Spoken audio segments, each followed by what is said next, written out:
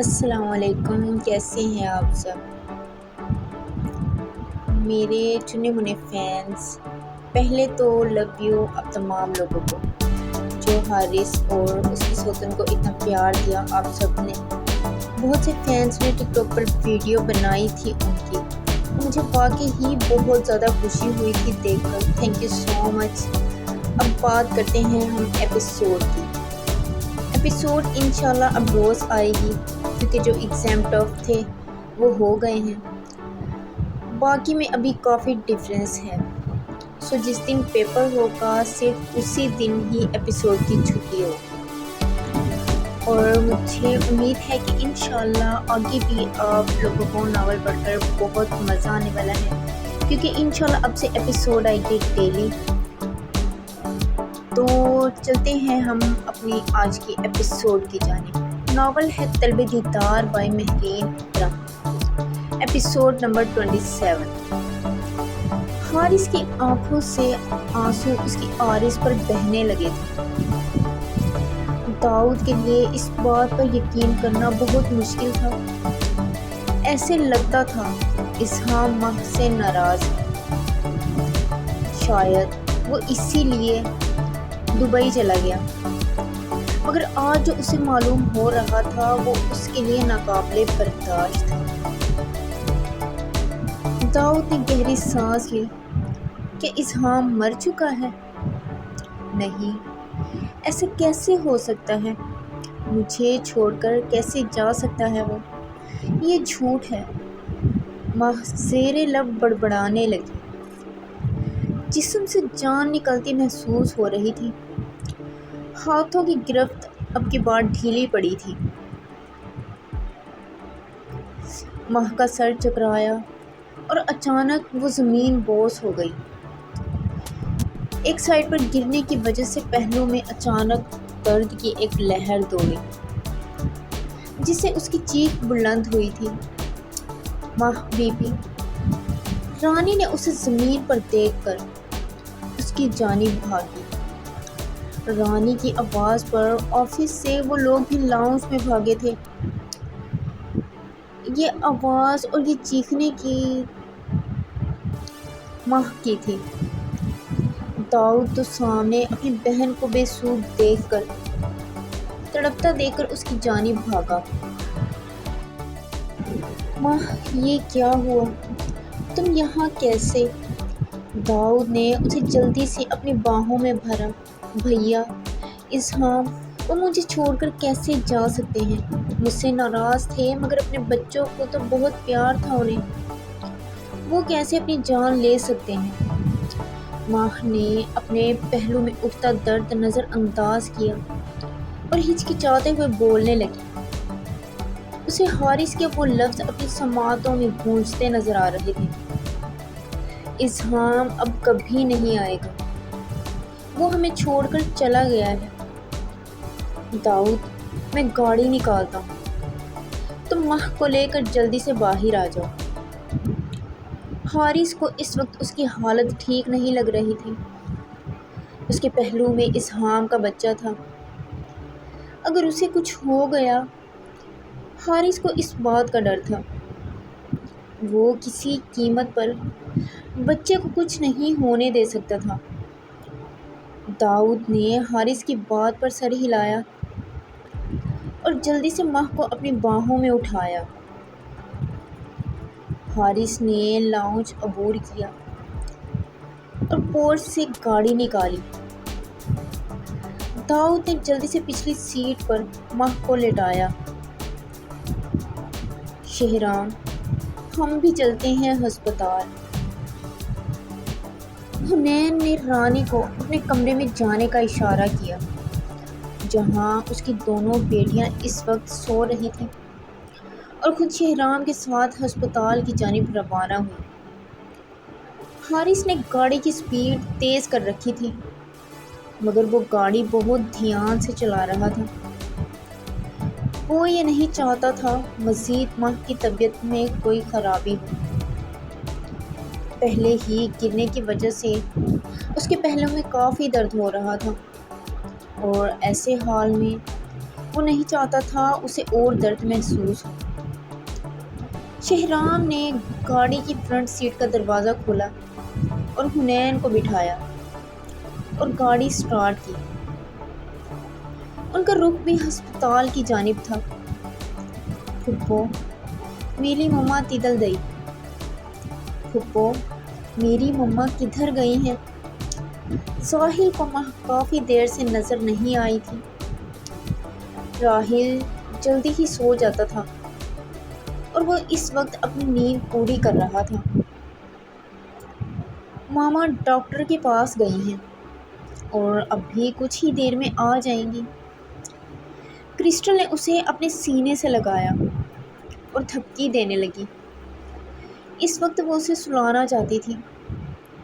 Crystal جانتی تھی ساحل بہت ضدی ہے، اگر یہ نہ سویا تو وہ کیا جواب دے گی۔ معاویہ اپنے کمرے میں لیٹی تھی۔ داؤد نے کال کر کے اسے ساری بات تفصیل سے بتا دی تھی۔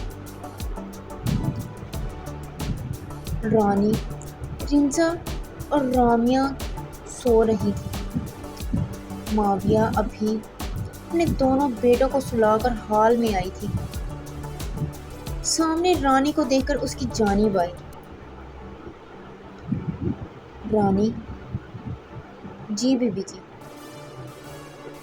اس نے سوال کیا، کیا دونوں سو رہی ہیں؟ جی بی بی جی، دونوں ہی سو رہی ہیں، میں بس دونوں کے لیے دودھ بنانے آئی تھی۔ رانی نے تھرماس اٹھایا اور آہستہ سی کمرے کا دروازہ کھول کر اندر داخل ہو گئی۔ داؤد اور حارث دونوں ہی اس وقت آپریشن تھیٹر کے باہر موجود تھے۔ گرنے کی وجہ سے جو درد اس کے پہلو میں ہو رہا تھا وہ اس کے لیے ناقابل برداشت تھا، اور کچھ اس کی حالت ہی ایسی تھی۔ ویسے تو اس سے اب بھی 8واں مہینہ شروع ہی ہوا تھا، مگر اب گرنے کی وجہ سے پہلو میں جو درد تھا اس کی وجہ سے فوری طور پر اس کا آپریٹ کرنا پڑ رہا تھا۔ حنین اور شہرام بھی پہنچ چکے تھے۔ سب لوگ اس وقت آپریشن تھیٹر کے باہر بیٹھے تھے۔ ماں کو اندر گئے 1 گھنٹے سے زیادہ وقت گزر چکا تھا۔ ڈاکٹر انہیں پہلے ہی بتا چکے تھے یہ آپریشن ان کے لیے بہت کمپلیکیٹڈ تھا۔ بچہ یا ماں دونوں کی جان کو خطرہ ہو سکتا تھا۔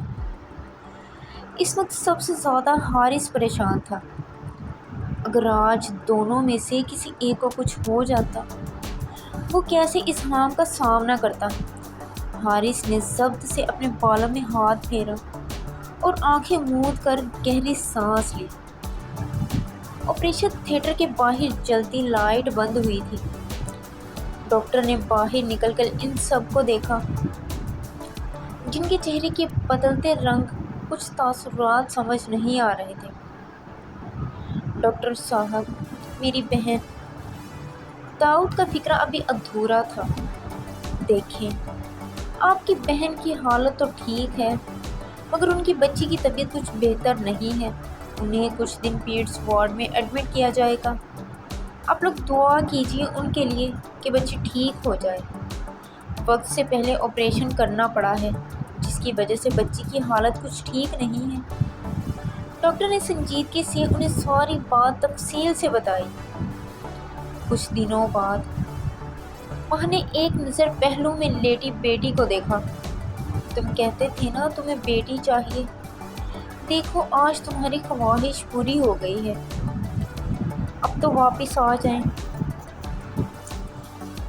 واہ، اگر بیٹی ہوئی تو میری بیٹی کا نام امایہ اسمام ہوگا۔ ایسے کیسے امایہ رکھیں گے؟ مجھے نہیں پسند یہ نام۔ ہم اپنی بچی کا نام تارا رکھیں گے۔ اسمام نے ایک نظر اپنی بیوی کو دیکھا اور پھر خاموش ہو گیا۔ ماں کو اپنا گزرا وقت یاد آ رہا تھا۔ اب چاہتے تھے ہماری بیٹی کا نام امایا ہو۔ دیکھیں آج میں نے وہی نام رکھا ہے۔ ماما یہ میری ڈول ہے۔ ساحل راحل دونوں ہی اس وقت اپنی بہن کے گرد بیٹھے مسکرا رہے تھے۔ یہ کتنی پیاری ہے زلیل، یہ کتنی پیاری ہے زائل۔ راحل کو اس کا نام نہیں لینا آتا تھا، وہ اکثر اسے زلیل کہہ کر بلاتا تھا۔ ہاں نا، یہ بالکل بابا جیسی ہے، یہ بالکل بابا جیسی ہے۔ ساحل کو یہ ڈول بہت اچھی لگی تھی۔ ماں اپنے دونوں بیٹوں کو دیکھ رہی تھی جو اس وقت بہن کو دیکھ دیکھ کر بہت خوش ہو رہے تھے۔ حویلی میں ہر طرف خاموشی تھی۔ کرسٹل کی طبیعت بھی کچھ ٹھیک نہیں تھی۔ حارث کمرے میں داخل ہوا۔ کرسٹل خاموشی سے کھڑی ونڈو سے باہر کچھ دیکھ رہی تھی۔ حارث چلتا ہوا اس کے قریب آ کر رکا۔ کیا دیکھ رہی ہو؟ کچھ خاص نہیں، میں دیکھ رہی ہوں دن بدن سب بکھرتا جا رہا ہے۔ ہم لوگ دبئی سے واپس اٹلی تو آ گئے، مگر زندگی یہاں آ کر اور ویران ہو گئی۔ ایسی بات نہیں ہے، سب ٹھیک ہو جائے گا، تم حوصلے سے کام لو، اور میں ہوں نا تمہارے ساتھ، کبھی ویران نہیں ہونے دوں گا۔ حارث بھیا کہاں ہیں؟ مجھے ان کی یاد آتی ہے، اب کچھ چھپا رہے ہیں مجھ سے، بتاتے کیوں نہیں وہ کہاں ہیں؟ انہیں اپنے بچوں کی یاد نہیں آتی کیا؟ آخر ایسے کیا ہے جو آپ ہمیں نہیں بتا رہے؟ چپ کیوں ہیں؟ مجھے میرے سوالوں کے جواب چاہیے۔ حارث کے پاس الفاظ نہیں تھے، وہ کیا جواب دے اپنی بیوی کو، مگر آج اس سے ہر بات کا جواب مانگ رکھی تھی، اور آج اسے ہر حال میں جواب دینا تھا۔ آج کی ایپیسوڈ تھوڑی شارٹ تھی، لیکن کل سے انشاءاللہ لانگ ایپیسوڈ آئے گی۔ اور کمنٹ کر کے لاسٹ میں اپنے ریویو شیئر کرنے۔ آپ لوگوں نے، جن لوگوں نے ابھی تک چینل کو سبسکرائب نہیں کیا ہوا، کائنڈلی وہ چینل کو سبسکرائب کر لیں۔ آج کی جو ایپیسوڈ تھی وہ 6000 ورڈز کی تھی، لیکن کل سے انشاءاللہ ایپیسوڈ 10 سے 15000 کے درمیان آئے گی۔ اوکے، بائے بائے، اللہ حافظ، ملتے ہیں انشاءاللہ نیکسٹ ایپیسوڈ کے ساتھ۔